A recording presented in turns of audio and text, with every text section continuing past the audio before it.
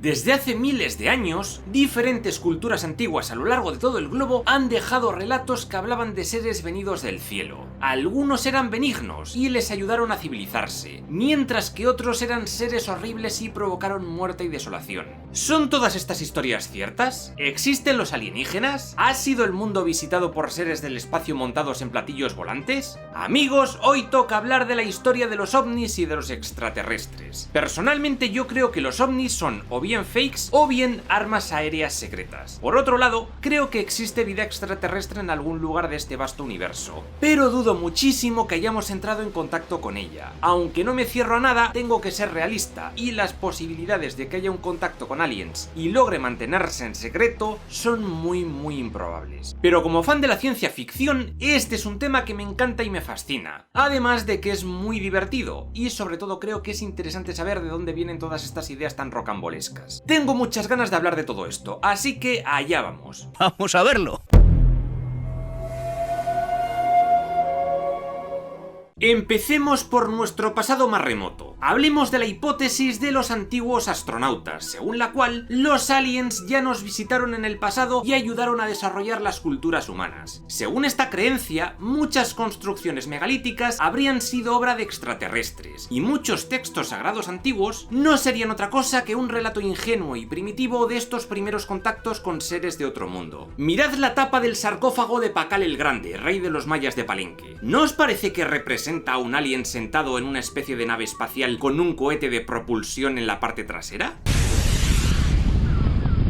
Bueno, pues esto es lo que afirmaba un suizo llamado Erich von Däniken en su libro publicado en 1968, Recuerdos del futuro. En él decía que las pirámides de Egipto, las pirámides mayas, Stonehenge o las líneas de Nazca tuvieron que ser construidas por aliens porque los humanos en la antigüedad eran básicamente idiotas. Sin embargo, gracias a los textos mayas traducidos, sabemos que el grabado representa al propio monarca junto a diferentes figuras jeroglíficas bien conocidas, como las llamas del inframundo o un árbol de la mitología maya, el Waka Chan. Lo del árbol sagrado es un mitema o arquetipo que se repite en cientos de culturas por todo el mundo, igual que la adoración al sol a través de dioses solares. Estas coincidencias, tanto artísticas como religiosas, según Däniken, se deben a que todas las culturas tuvieron un origen común, y ese origen común son los aliens, que nos dieron una cultura primigenia. Pero en realidad, adorar al sol, a los árboles o mitificar diluvios es algo común porque todas las putas culturas del mundo han visto el sol y es una fuente de vida, o han mitificado la fauna y flora de su alrededor porque les daba de comer, o han tenido problemas con inundaciones y climas horribles. Es normal que muchas culturas coincidan en crear mitos sobre estas cuestiones. Hablando de diluvios, hablemos de una de las teorías más famosas de estos antiguos astronautas. Según diversas interpretaciones del libro apócrifo de Enoch, que amplía el Génesis bíblico, Dios era un alien y tenía como subalternos a 200 ángeles, los llamados observadores, llamados así porque eran también aliens cuya misión era vigilar a los humanos. Algunos de ellos desobedecieron a Dios y empezaron a tener hijos con humanas, y de ahí salieron los Nefilim, que, según algunas traducciones, vendrían a ser gigantes mutantes. Cuando Dios se enteró de esto, apresó a todos los observadores y creó un gran diluvio para destruir a todos los Nefilim y a todos los humanos, los cuales habían recibido muchísimo conocimiento prohibido por parte de los ángeles. Uno de ellos avisó a un tal Noé, y este y varios amigos suyos lograron sobrevivir construyendo un gran arca. Däniken incluso decía que la destrucción de Sodoma fue realizada por alienígenas con armas termonucleares de otra galaxia, y también que, en el libro de Ezequiel, en su capítulo primero, este profeta tiene la visión de los primeros ovnis de la historia, pues se narra que vio bolas de metal resplandecientes y también a unos seres humanoides con alas. Aunque claro, si leéis el capítulo, todo es tan ambiguo como el famoso Apocalipsis, del que ya hice un análisis en este otro vídeo. Estos teóricos de los antiguos astronautas también dicen que el niño Jesús era un extraterrestre que llegó a la Tierra en un platillo volante, vista como la estrella de Oriente por los magos, y que lo dejaron en la Tierra para que salvara a la humanidad.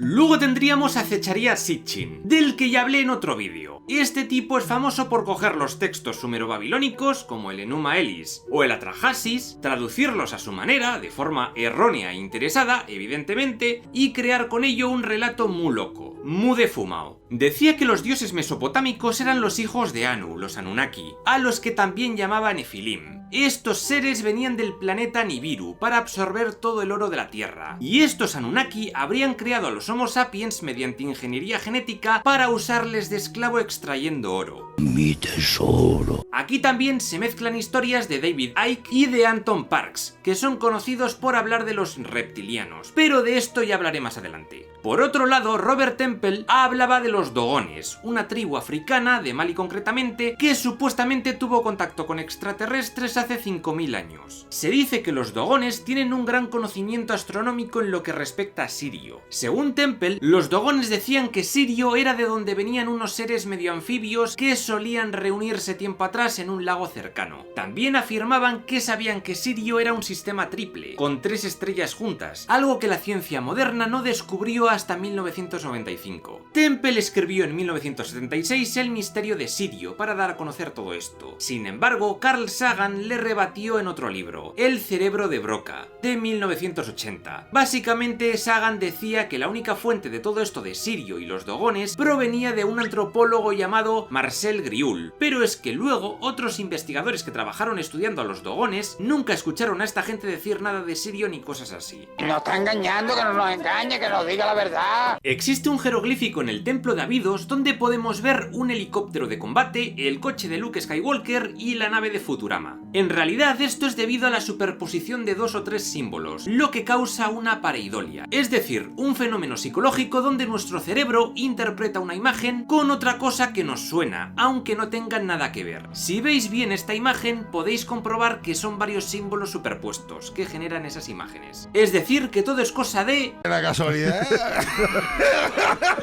¿Qué me decís de estos aliens que podemos encontrar en la tumba del gran visir Tajotep? Pues que no son aliens, sino jarrones con plantas, quizás racimos de uvas, como podemos ver en esta otra representación. Las pirámides no fueron construidas por extraterrestres y ovnis con motores gravitacionales. No quitemos mérito a culturas que vinieron antes que nosotros. Además, si habéis visto mis vídeos sobre el antiguo Egipto, se puede ver perfectamente que existe una evidente progresión desde la construcción de los primeros templos, mastabas y luego pirámides. Como ya vimos, algunas de las primeras pirámides salieron mal y se fueron a la mierda, pero con el ensayo y error fueron mejorando. Y es cierto que todavía nos quedan por saber muchos detalles sobre su técnica constructiva, pero no cabe duda de que fueron construcciones humanas. Lo que hacen muchos de estos autores es aprovechar lagunas en los conocimientos de ciertas culturas, en sus registros históricos y arqueológicos, para decir que X cosa fue creada por aliens, como este meme.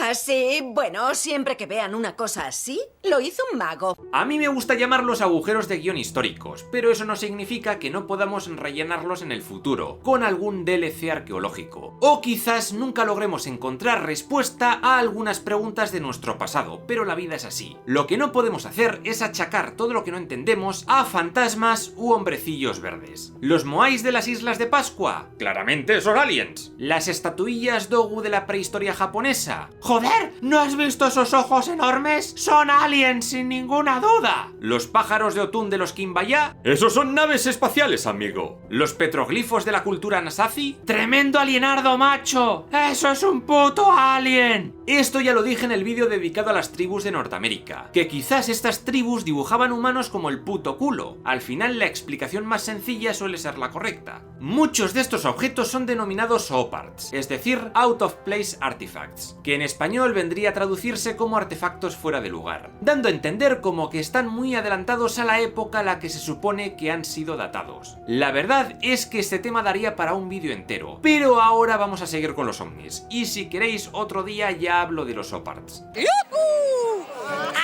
Según algunos de estos fans de los antiguos astronautas, varios textos antiguos hindúes, como el Rig Veda o el Ramayana, también hablaban de ovnis. Estos artefactos realmente se llaman vímanas, y según la mitología hinduista, estas vímanas eran carruajes voladores en los que iban los dioses. Pero es igual que si dijéramos que el carro de Apolo es también un ovni, y también hay que tener en cuenta que muchas de sus representaciones en dibujos y así son bastante actuales. También, por otro lado, algunas representaciones de humanoides con cabezas redondas y grandes ojos eran vistas como que había algo alien allí, como las pinturas rupestres de Tassili N'Ajjer en Argelia, las de Wonjina en Australia, o las de Valca Monica en Italia, o un señor saludando en las líneas de Nazca. Por otro lado, los cráneos alargados también son cosa de aliens, como vemos en las representaciones del faraón Akenatón y en la de su esposa Nefertiti, así como en muchos cráneos de antiguos habitantes de la zona del Perú. Lo de Akenatón pudo ser solamente una moda estética, como los filtros de Instagram de hoy día, mientras que en el antiguo Perú, culturas como la Paracas o la Nazca tenían la costumbre de poner a algunos niños tablas en la cabeza para alargarles el cráneo. Para el tema de las calaveras de cristal podéis ver el vídeo que hice sobre Indiana Jones 4 en mi otro canal, Agujeros de Guión. It's fucking cool. En resumen, da igual la forma de la cabeza. Como se salga mínimamente de la norma, ya es un alien. En fin, que todo esto de la paleoastronáutica es un intento de llenar el vacío de conocimiento que realmente existe en la historia. Pero por un lado, esos vacíos se rellenan con explicaciones de unos aliens que nos ayudaron a evolucionar, dejando a la vez por contestar qué procesos siguieron esos aliens para haber alcanzado esos avances que tienen. Al final son teorías que intentan rellenar lagunas creando otras más grandes. Parecen guionistas de la saga de Star Wars.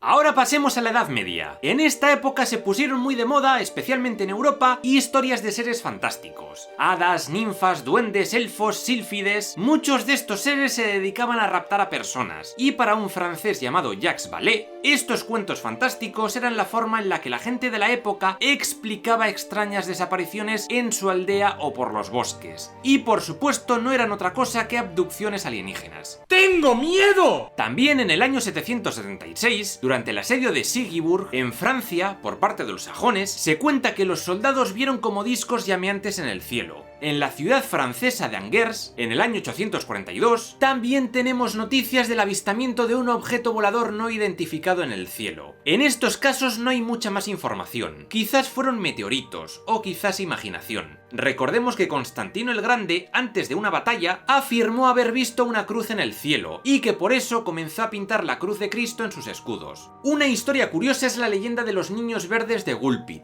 Resulta que por el año 1100, algunos habitantes del pueblo inglés de Gulpit encontraron y rescataron dos niños atrapados en un foso. La cosa es que los dos eran verdes, hablaban una lengua ininteligible y solo comían verduras verdes. El niño murió pronto, pero la niña empezó a comer carne y se le fue quitando el tono verdoso de la piel. También aprendió el idioma local y contó que el lugar del que venía todo el mundo era verde. Claramente la niña era una alien. En realidad, existen teorías para explicar aquello. Por un lado, los niños podrían padecer clorosis, una rara enfermedad anémica que tiñe la piel de color verdoso. Por otro lado, podrían ser niños pertenecientes a tribus britonas escondidas en cuevas, quienes hablarían un idioma céltico, y estas tribus también solían pintarse el cuerpo con pinturas de guerra de diferentes colores. O también puede ser que la historia sea solo un cuento y alguien se la haya inventado.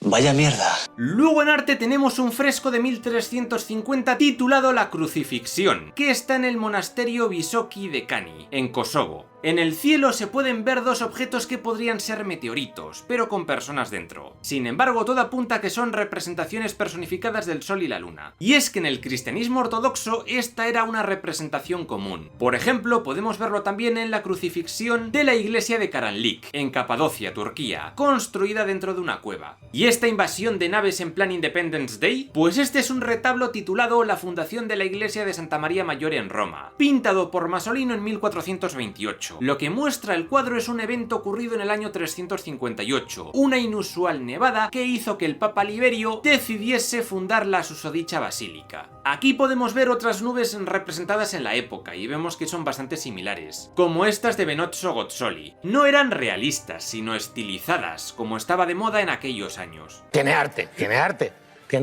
creatividad.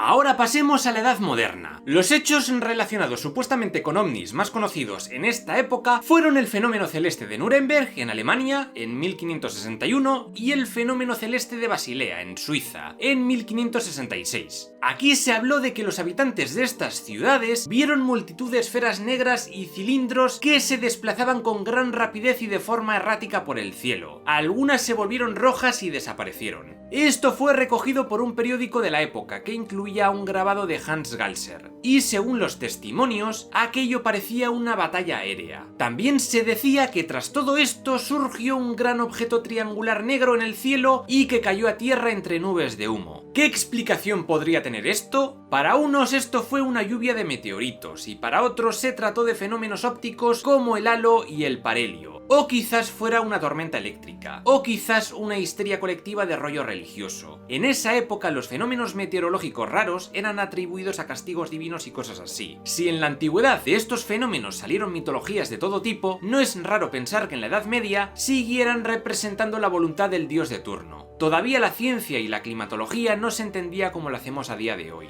Hombre, a mí la ciencia me encanta. De esta época moderna también destacan muchos cuadros con objetos que muchos han interpretado como de procedencia extraterrestre. Vamos a ver algunos ejemplos. En la Tebaide de Paolo Uccello, de 1460, vemos un ovni rojo al lado de Cristo. El problema es que no es un ovni, sino un capelo cardenalicio con sus cordones y lazos. Resulta que el que está al lado de Cristo en la cueva es San Jerónimo, o San Girolamo, quien se convirtió en un ermitaño tras renunciar a su oficio eclesiástico. Y que deje su sombrero cardenalicio tirado en el suelo representa ese abandono. La Anunciación con San Emigdio es un retablo italiano de Carlo Crivelli, y aquí se ve un rayo de luz que proviene del cielo. Esto no tiene mucho misterio, pues el tema de la obra es la concepción de María por el Espíritu Santo. En esta Madonna de finales del siglo XV, atribuida a Tondo Miller o a Sebastiano Mainardi, vemos al fondo lo que parece ser un ovni. Según los expertos, simplemente es simbología de la estrella de la Anunciación, donde a veces los ángeles tienen forma antropomórfica y otras veces se representaban como una nube brillante. Algo parecido vemos en la obra El bautismo de Jesús, del holandés Arend de Gelder, de 1710.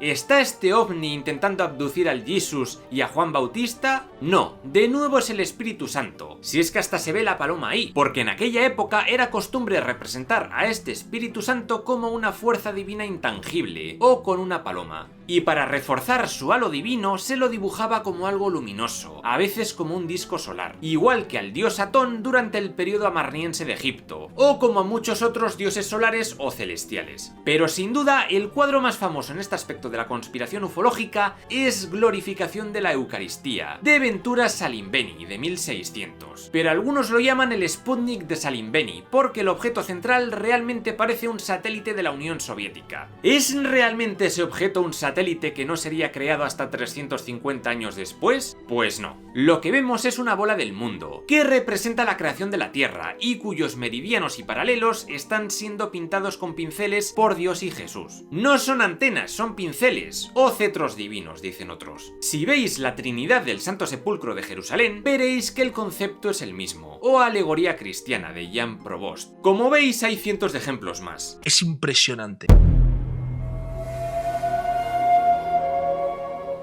Llegamos al siglo XIX. Entre la revolución científica y la revolución industrial, la humanidad comenzó a entender un poco mejor el mundo en el que vivía. Se popularizaron miles de teorías nuevas para explicar nuestro origen, como Darwin y demás. Pero en el tema alien me interesa el astrónomo francés Camille Flammarion, quien en su obra La pluralidad de los mundos habitados, de 1862, habló, y creo que por primera vez, al menos de forma científica, de la idea de vida extraterrestre. En aquella época esta idea se puso de moda porque algunos astrónomos, como Giovanni Schiaparelli, al observar Marte a través de los telescopios, veía como canales en su superficie y pensaron que podrían ser carreteras o cosas así, aunque en realidad luego se descubrió que eran ilusiones ópticas de las lentes de aquellos mismos instrumentos. Aún así se pensó que Marte estaba habitado y apareció el término marciano. Por otro lado, a finales de este siglo se puso muy de moda todo el tema del espiritismo. La gente pensaba que, a través de un medium, cualquiera podía comunicarse con sus seres queridos muertos o incluso también con seres de otro planeta. Esto se generalizó con la Sociedad Teosófica, creada en Nueva York por Madame Blavatsky. Unió filosofía occidental, doctrinas hinduistas que no entendía bien y espiritismo, y empezó a decir que la reencarnación del alma podía hacer a cualquier persona reencarnarse en otros humanos de la Tierra o también de otros planetas. ¿Por qué no? Esto llevó a los ocultistas de aquella época a suponer la existencia de otras humanidades por todo el universo. Por ejemplo, la medium ginebrina Helene Smith recordaba haber sido la reencarnación de María Antonieta, de una princesa hindú del siglo XV y de un visitante de Marte. También la medium Vesta la Viesta decía que se comunicó con varios aliens a través de la proyección astral. Finalmente destaca el famoso ocultista Aleister Crowley. Se podría decir que, junto con la Sociedad Teosófica, este tipo fue el precursor de los hippies y del movimiento New Age.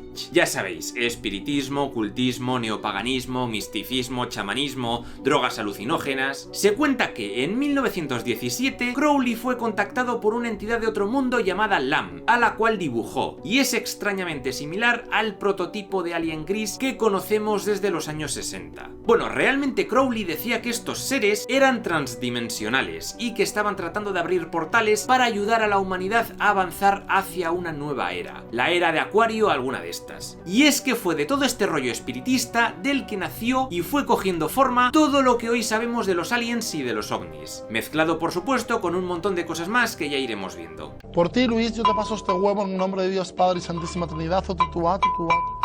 Ahora tenemos que hablar de la famosa oleada de aeronaves de 1896 a 1897. ¿Qué es esto?, os preguntaréis. Pues resulta que en esos años, al oeste de los Estados Unidos, especialmente en San Francisco, comenzaron a verse objetos voladores no identificados a mansalva. Incluso estos avistamientos se dieron también en algunas zonas del este del país. Lo curioso es que estos informes no hablaban de platillos volantes, sino de dirigibles o cepelines misteriosos que sobrevolaban el cielo nocturno y que tenían luces y alas gigantes. Algunos periodistas sí que mencionaron la hipótesis extraterrestre y que venían de Marte, siguiendo la corriente de Schiaparelli con sus canales, pero fue algo residual. Aún así, se dice que estos fueron los predecesores culturales de los modernos avistamientos de ovnis. Como vamos a ver, en cada época y cultura, los ovnis y los aliens van a adquirir diferentes formas. Fue unos pocos años después cuando los cepelines empezaron su andadura como vehículos de transporte más o menos habituales, y tuvieron gran aceptación hasta el incidente del Hindenburg en 1937. Y es que estos trastos eran la mar de peligrosos. Una teoría dice que estos avistamientos fueron vuelos de prueba de prototipos de cepelines reales, y sería algo que tendría bastante sentido, pues el inventor estadounidense Solomon Andrews ya había hecho algunos vuelos de prueba con su Aerion en 1863. A esto habría que añadir el amarillismo del periodismo de la época, que recogió testimonios de gente que había visto a los ocupantes de aquellas aeronaves, y afirmaban que eran monstruitos venidos de Marte. A comienzos del siglo XX también se reportaron avistamientos de aeronaves misteriosas en los cielos de Nueva Inglaterra, Nueva Zelanda y diferentes puntos de Europa, pero todo apunta a que podrían tratarse de cepelines privados. Como ya digo, en aquella época estos vehículos eran bastante habituales. Hay que tener en cuenta que en esos años la literatura de ciencia ficción estaba en auge. Julio Verne o H.G. Wells ya hablaban en sus libros de máquinas submarinas y aéreas que solo existían en su imaginación. Y bueno, ¿qué decir de la novela La Guerra de los Mundos? Vamos a hablar de ello. Esta novela del inglés H.G. Wells fue publicada en 1898 y en ella se contaba por primera vez, que se sepa, una invasión de los marcianos a la Tierra. Marcianos como seres malvados que venían a conquistarnos. Al final, a pesar de su superioridad tecnológica, lo único que logra detener a estos marcianos son los virus de la Tierra. Y es que Wells creía en el darwinismo, que solo los mejor adaptados sobrevivían, y no los más fuertes. Y eso trató de plasmar en la novela. Justo 40 años después, en 1938, un joven artista llamado Orson Welles, quien trabajaba para la compañía teatral Mercury Theatre, decidió adaptar la novela a un serial radiofónico en la CBS. Quería narrarlo todo en formato de noticiero para darle mayor realismo, y aunque al principio del programa se avisaba de que todo era ficción, la gente que ponía la radio con la historia ya empezada se quedó flipando. Mucha gente se creyó que la invasión de alienígenas era real, y claro, se lió muy parda. Tanto en Nueva York como en Nueva Jersey cundió el pánico entre los ciudadanos, y hubo un caos tremendo. Tras la histeria colectiva, Orson Welles tuvo que pedir disculpas, pero la cosa es que el incidente impulsó su carrera, y poco después rodó obras maestras del cine, como Ciudadano Kane. Ole. A los que no les fue nada bien fue a los de Radio Quito, una emisora de Ecuador, que decidieron también adaptar La Guerra de los Mundos en 1949. Sin embargo, algunos quitenses se lo tomaron como el orto e incendiaron la sede radiofónica y murieron 5 personas. ¡Joder! También en los años 30 podríamos destacar a Jack Parsons, un ingeniero de cohetes de Estados Unidos que era un fanático de Crowley. El tipo quiso concebir un bebé con su mujer a través de rituales mágicos, y ese bebé, al que llamaban Babylon, se convertiría en una figura mesiánica que lideraría la nueva era. En resumen, que era como una especie de anticristo. Parsons le dijo a su mujer que pronto vería señales en el cielo, objetos con forma de cigarros, que para él no eran ovnis, sino eso, señales y manifestaciones interdimensionales. Por cierto, este Parsons era muy amigo de Lafayette Ronald Hubbard, el fundador de la cienciología. La casualidad. En estos años la ciencia ficción se empezó a poner muy de moda en los Estados Unidos, y esto estimuló la imaginación de muchos para creer en la vida más allá de la Tierra. Y también estas historias sirvieron como escapismo tras todo lo que fue la Segunda Guerra Mundial. De momento aquí lo dejamos, y en unos días sacaré la segunda parte, donde veremos los casos ovnis más famosos de la historia y toda la mitología en torno a ellos.